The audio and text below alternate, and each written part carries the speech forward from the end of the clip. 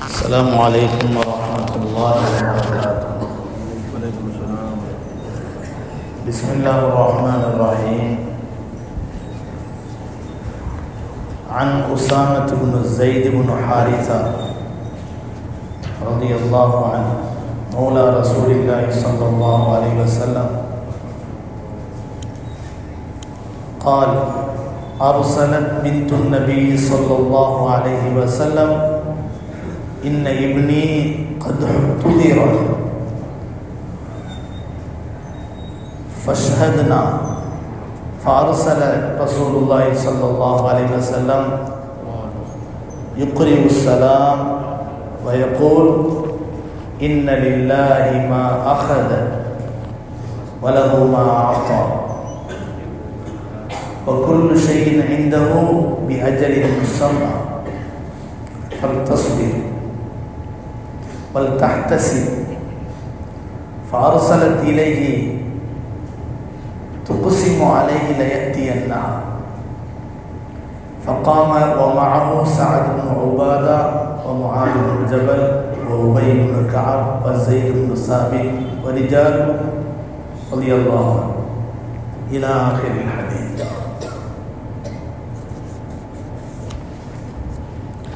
سيدنا أسامة بن زيد بن الحارثة رضي الله عنهما இவர்கள் நபி ஸல்லல்லாஹு அலைஹி வஸல்லம் அவருடைய வளர்ப்பு மகனினுடைய மகன்.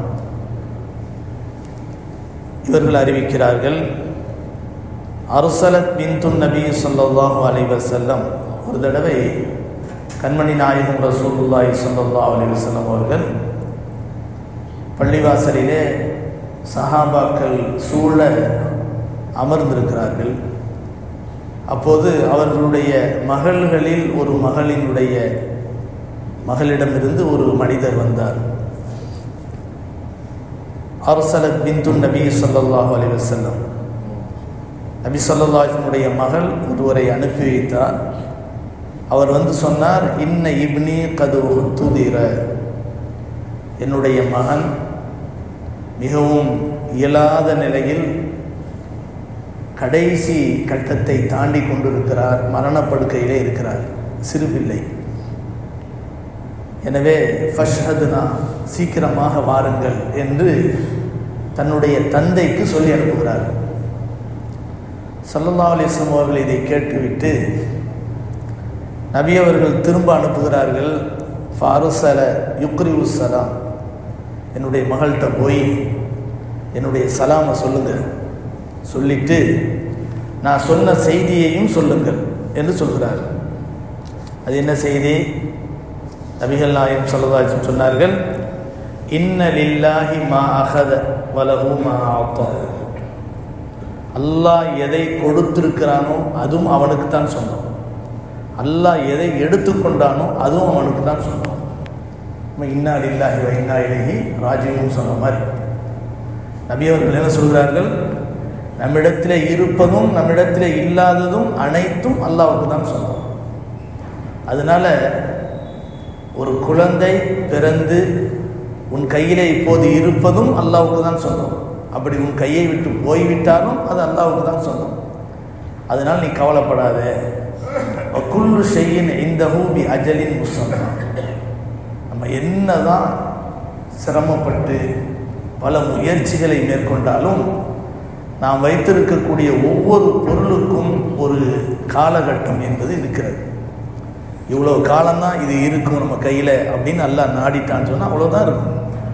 தலைகீழாக நின்று எத்தனை மருத்துவமனைக்கு நம்ம போனாலும் சரி, அந்த காலகட்டத்தை தாண்டி அது நம்மகிட்ட இருக்க போகிறதில்லை.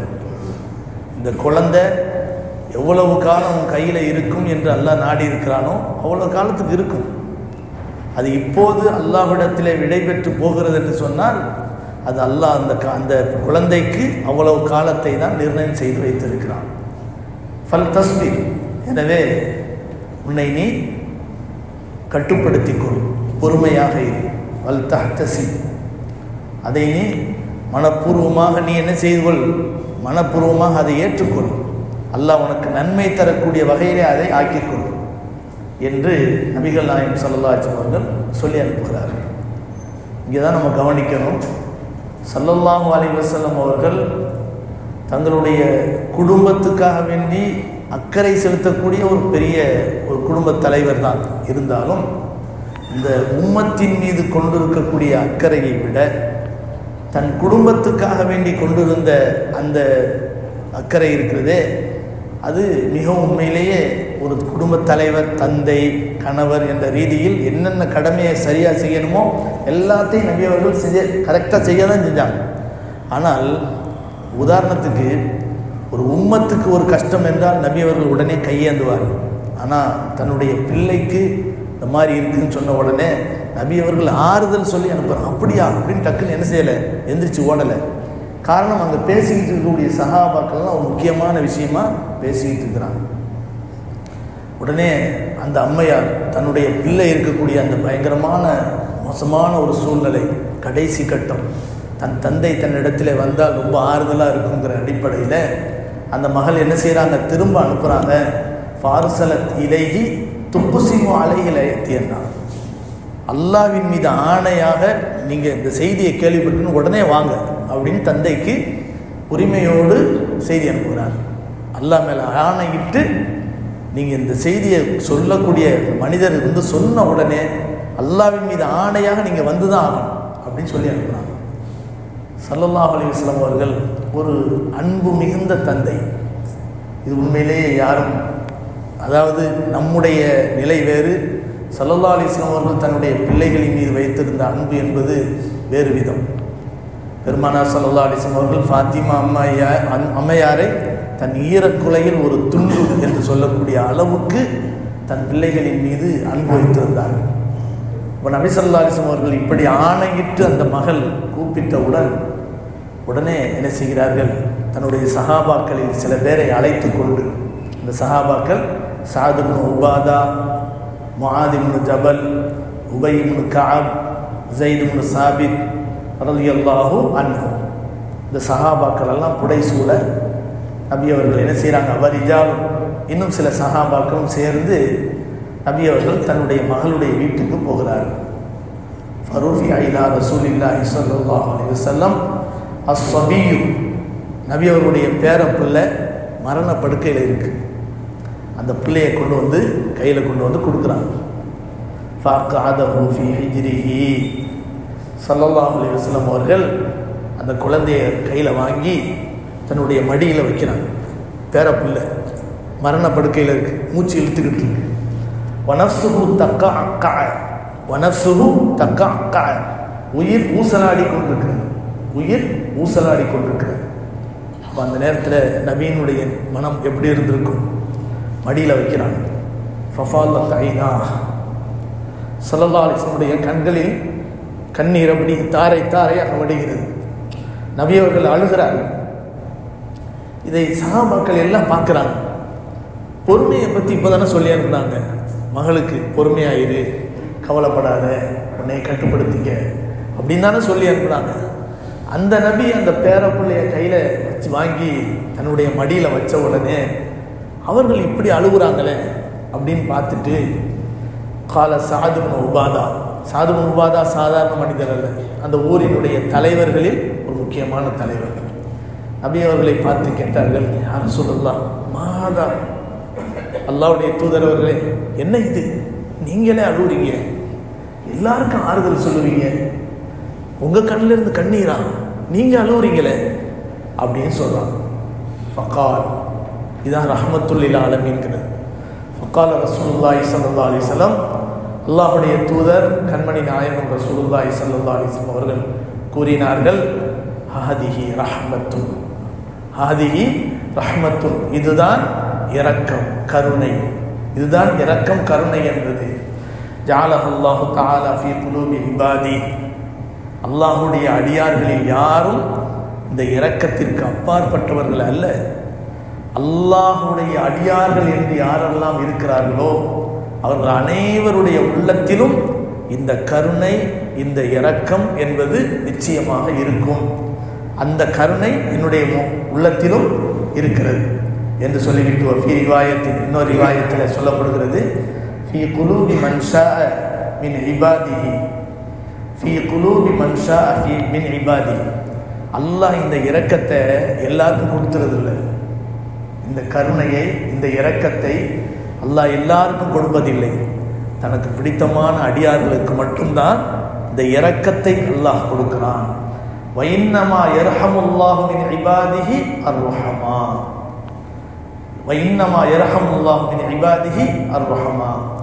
அல்லாஹு தஆலா நாளைக்கு மறுமையில் தன்னுடைய ரஹ்மத்தை யாரின் மீது அல்லாஹ் பொழிகிறான் என்றால், யார் இரக்கமுள்ளவர்களாக இருந்தார்களோ அவர்களுக்குத்தான் அல்லாஹ்வுடைய ரஹ்மத் கிடைக்கும்.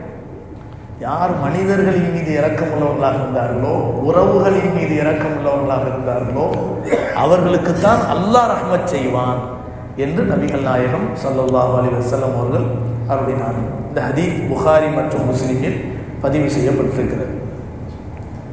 இந்த இடத்தில் கண்மணி நாயகம் ஸல்லல்லாஹு அலைஹி வஸல்லம் அவர்களுடைய சூழல், குடும்ப சூழல், அவர்களுடைய சொந்த சூழல், இதை கொஞ்சம் யோசனை பண்ணி பார்க்கணும். நம்ம அடிக்கடி சொல்வது உண்டு, ஒரு மனிதன் நல்லவனாக இருந்தால் எல்லாமே நல்லா நடக்கும் நம்ம கற்பனை செஞ்சிடக்கூடாது, நினச்சிடக்கூடாது. நம்ம 5 வேளை தொழுதுட்டு சாலியான மனிதர்களாக இருந்தால் செல்வம் அப்படியே மோட்டை பொத்துக்கொண்டு கீழே கொட்டும், மாடா மாளிகையில் வாழலாம், நம்ம நிம்மதியாக இருக்கலாம், எல்லா சொகுசுகளும் நமக்கு கிடைச்சிடும். அப்படி இந்த மார்க்கம் என்ன செய்யலை, யாருக்கும் வாக்குறுதி கொடுக்கலை. யாருக்கும் இந்த வாக்குறுதியை அல்லாஹ்வோ ரசூலோ என்ன செய்யவில்லை, கொடுக்கவில்லை. இந்த உலகம் என்பது தற்காலிக உலகம். மத்தாவும் கலீல். உலகத்தினுடைய இன்பங்களை பற்றி அல்லாஹ் குர்ஆனில் சொல்லும் போதெல்லாம் மத்தாவும் கலீல், சிற்றின்பம் என்று தான் அல்லாஹ் சுப்ஹானஹு வ தஆலா எல்லா இடங்களிலும் சொல்கிறான். கணக்கில்லாத எல்லை இல்லாத பேரின்பத்துக்கு உள்ள இடம் மறுமை. எனவே இந்த உலகம் கடந்து போகின்ற பாதையில் நமக்கு ஏற்படக்கூடிய கற்கள், முற்கள், இடர்பாடுகள், நெருக்கடிகள், சிரமங்கள், சோதனைகள், இவை அனைத்தும் நல்லவர்களுக்குத்தான் அதிகமாக ஏற்படும். அல்லாஹ் ஒரு மனிதனை பிரியப்படுகிறான் என்றால் அவனுக்கு சோதனைகள் கூடுதலாக வரும் என்று நபிகள் நாயகம் ஸல்லல்லாஹு அலைஹி வஸல்லம் அவர்கள் அருளினார்கள். எனவேதான் உலகத்திலே வாழ்ந்த மனிதர்களிலேயே அதிகம் சோதிக்கப்பட்டவர்கள் நபிமார்கள் என்பதாக நபிகள் நாயகம் ஸல்லல்லாஹு அலைஹி வஸல்லம் அவர்கள் சொல்லி காட்டினார்கள். நல்லவனாக இருந்தால் உனக்கு சோதனை வரும். அதையும் மீறி இந்த மார்க்கத்தில் நீ இருக்க விரும்புகிறாயா, இரு, இல்லைன்னா நீ தேவையில்லை அப்படின்னு அந்த மார்க்கம் சொல்லும். எனவே சோதனைகள் வரதான் செய்யும். அந்த வகையில் தான் நபிமார்கள் எல்லோரும் சோதிக்கப்பட்டார்கள். ஆனால் எல்லா நபிமார்களுடைய சோதனையும் ஒட்டுமொத்தமாக தரப்பட்டவர்கள் நம்முடைய நபி. எந்தவித சோதனை இந்த உலகத்தில் நம்ம அனுபவிக்கிறோமோ அந்த மாதிரி எல்லா சோதனைகளும் நபி அவர்களுக்கு வழங்கப்பட்டது. எல்லா விதமான சோதனை. முக்கியமாக ஒரு தந்தை என்ற ரீதியில், ஒரு குடும்ப தலைவர் என்ற ரீதியில் நமக்கு ஏற்படக்கூடிய சோதனைகளில் பெரிய சோதனை என்ன தெரியுமா? நம்ம பிள்ளைகள் நம்ம கண்காண இன்னொரு வீட்டில் போய் கஷ்டப்படுறது. இன்னொரு கணவருக்கு நம்ம விரும்பி தான் கல்யாணம் பண்ணி கொடுத்துருப்போம். அவன் நம்முடைய பிள்ளை நல்லா இருக்கும் அப்படின்னு நினச்சி தான் என்ன செஞ்சுருப்போம், கல்யாணம் பண்ணி கொடுத்துருப்போம்.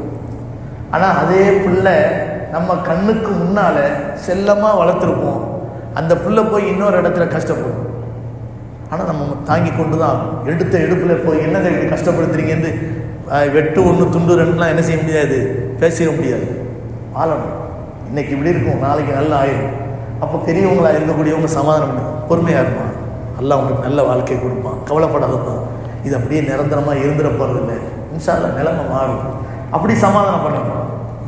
ஸல்லல்லாஹு அலைஹி வஸல்லம் அவர்களுடைய வாழ்க்கையிலும் இப்படிப்பட்ட கொடுமையான நிகழ்வுகள் நடைபெற்றன. ஸல்லல்லாஹு அலைஹி வஸல்லம் அவர்கள் ஆசையாகத்தான் தன்னுடைய பெரிய தந்தை என்ற ரீதியில் அபூ லஹபுடைய 2 மகன்களுக்கு தன்னுடைய பிள்ளைகளை கட்டி கொடுத்தாங்க. அவங்க அடைஞ்ச கஷ்டம் கொஞ்சம் நெஞ்சம் இல்லை. ஸல்லல்லாஹு அலைஹி வஸல்லம் அவருடைய நபித்துவத்துக்கு பிறகு அந்த தந்தையை சபித்து ஆயத்து இறக்கப்பட்டதுக்கு பின்னால், அபூ லஹபை சபித்து வசனம் இறக்கப்பட்டதுக்கு பின்னால அபூ லஹபுடைய மகன் நபி அவர்களுடைய சட்டையை கொத்தா பிடிச்சு கேவலப்படுத்தினான், காரி துப்புனான். நபி அவர்களுடைய மகன்களை கொடுமைப்படுத்தினார். இதையெல்லாம் நபி அவர்கள் தாங்கினார்கள். ஆக உலகத்தில் சோதனை என்று என்னென்ன விஷயங்கள் நமக்கு இருக்குதோ எல்லாத்தையும் நபி அவர்கள் அனுபவித்தார்கள். ஆனால் அதை தாண்டி இந்த சமூகத்துக்கு என்ன செய்யணுமோ நபி அவர்கள் 100க்கு 100 சரியான முறையில் செய்தார். கடைசி ஹஜ்ஜின் போது நபி அவர்கள் இந்த உம்மத்தை நோக்கி கேட்டார்கள், உம்மத் அவர்களே, மக்களே, நான் எனக்கு கொடுத்த பணிகளை உங்களுக்கு சரியாக சொல்லிவிட்டேனா, நிறைவேற்றி விட்டேனா? லட்சக்கணக்கான மக்கள் கூடியிருந்த அந்த சபையில் நபி அவர்கள் கேட்டவுடன் ஒருத்தர் கூட நீங்க சரியா செய்யலன்னு சொல்லல. எல்லாம் சொன்னாங்க, நீங்கள் எல்லாத்தையும் சரியா செஞ்சிட்டீங்க, எங்களுக்கு சொல்ல வேண்டியதெல்லாம் நீங்க சொல்லிட்டீங்க. ஸல்லல்லாஹு அலைஹி வஸல்லம் சொன்னார்கள், நீங்கள் அனைவரும் இந்த சொல்லுக்கு சாட்சியாக இருக்கு, நாளை மறுமையில அல்லாஹ்ட்ட வந்து என்னை பற்றி சொல்லுங்க அப்படின்னா. நபி அவர்களுடைய எண்ணம் முழுவதும் எப்படிப்பட்ட எண்ணம் சொன்னா, உலகம் என்னை பற்றி எப்படி வேண்டுமானாலும் நினைக்கட்டும், என்னுடைய இறைவன் என்னை பொருந்தி கொள்ள வேண்டும் என்ற மனோநிலையோடு வாழ்ந்தவர்கள் தான் கண்மணி நாயகம் ஸல்லல்லாஹு அலைஹி வஸல்லம். அவர்களை பின்பற்றக்கூடிய உம்மத்தாகிய நாமும் உள்ளத்திலே இருத்த வேண்டிய ஒரு முக்கியமான விஷயம் என்னவென்றால், உலகம் எப்படி வேண்டுமானாலும் என்னை நினைக்கட்டும், உலகத்துக்காக நான் வாழவில்லை, என்னை படைத்த இறைவன் என்னை பற்றி என்ன நினைக்கிறான், என்னை திருப்திப்பட வேண்டும் என்ற மனோநிலையோடு நம்முடைய வாழ்க்கையை அமைத்துக் கொள்ள வேண்டும். அல்லாஹ் சுப்ஹானஹு வ தஆலா அப்படிப்பட்ட சிறந்த ஒரு நிலையை நம் அனைவருக்கும் தந்து அருள் புரிவானாக. வாஹிரு தஅவானா அல்ஹம்துலில்லாஹி ரப்பில் ஆலமீன்.